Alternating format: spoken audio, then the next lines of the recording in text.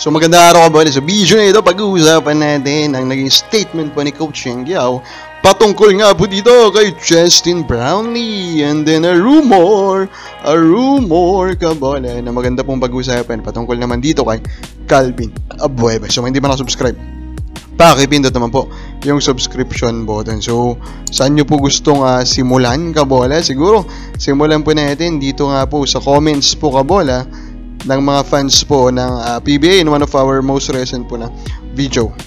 Ronnie Carandang, SMB, sabi niya, sino SMB City paborito makakuha si Bearfield. Salamat sir, God bless po, sabi ni Sir Ronald Berbesidad. User NY2K, pa-shoutout naman idol, Malyari Mascareñas, San Miguel Bearman fan. Robert Mejia, parang mahirap masulat yan, nasa maboteng usapan yan, sabi po nitong si Robert Mejia. Kabola. Now, ito na, pag-usapan natin, the statement po of Coach Yeng Guiao patungkol nga dito sa import po, legend ng Ginebra. Tinatawag natin niyang kambing, yung GOAT nga greatest of all time. And I cannot disagree with that, kahit na magagaling pa yung mga nawakan kong import. I have an emotional attachment to Tony Harris. Dahil mga pa pinagsamaan namin, but iba yung galing ni Brownlee. Yung galing ni Tony is yung explosiveness niya. Pero pagdating sa overall steadiness, overall effectivity or efficiency, I think it's still going to be Justin Brownlee kabola. So the GOAT, even Coach Yeng Guiao now, agrees that the GOAT is ito nga pong si Justin Brownlee. And I think he is referring to the GOAT import kabola. And let us be honest. Let us be honest.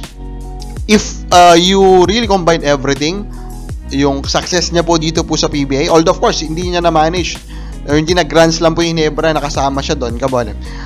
Yung success niya sa PBA kabola, wherein talagang literal naman na talaga siyang bumuhat kabola. Yung success niya po sa Gilas, if you combine those two kabola, kasi talaga ibang level yung narating po ng Justin Brownlee. So for me, he is a deserving GOAT. Kahit pa import GOAT pa lang po yung maging natin, deserve niya po yun. Deserve niya yung distinction po na yun kabola. It's the greatest of all time. I mean, siguro performance-wise, may mga ibang tournaments kabola na pwede natin masabi na never na-reach yung ganong level po ng production ni Justin Brownlee. Pero overall, nakailang tournaments na po ba siya? Nakailang championship na po ba siya sa PBA kabola? So if you combine everything of those kabola, yung overall po niya na success rate kabola, sobrang laki talaga and sobrang bigat kabola noon. Nang hirap lang din talaga kabola na i-argue na hindi po siya yung GOAT kabola, yung greatest import dito nga po sa PBA po ngayon kabola. I mean, sino pa ba yung mga pwede pong i-consider, diba? Hindi naman po ganun karami actually yung mga pwede pong i-consider. Now, in one article naman, in-explain dito kung bakit po maganda ngayon yung samahan ni na Coach Luigi Trillo at ni Coach Nenad kabola. They're currently tied for the best record in the PBA kabola. And the question is bakit? Actually, they started not that well kasi nga medyo magkaiba daw sila ng strategy kabola. Nenad is the usual strict foreign coach kabola, while Coach Luigi Trillo, of course, try to be more of a democratic one. Pero I think they found that middle ground kabola.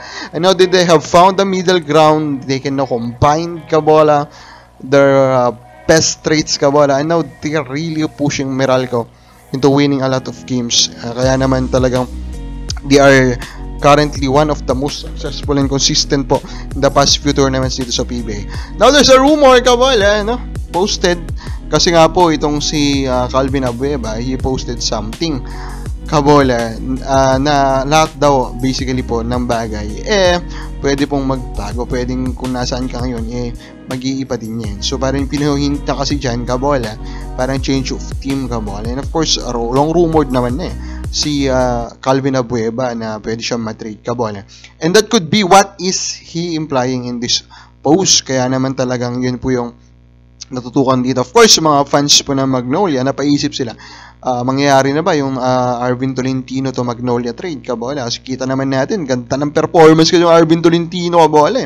And then of course, fans din ng Converge, diba? Will the homecoming finally happens? Yan yung mga pinag-uusapan po ngayon kabola. Kabakabal sa palagay mo, matatrade na ba sa Abueva? Comment na po sa baba.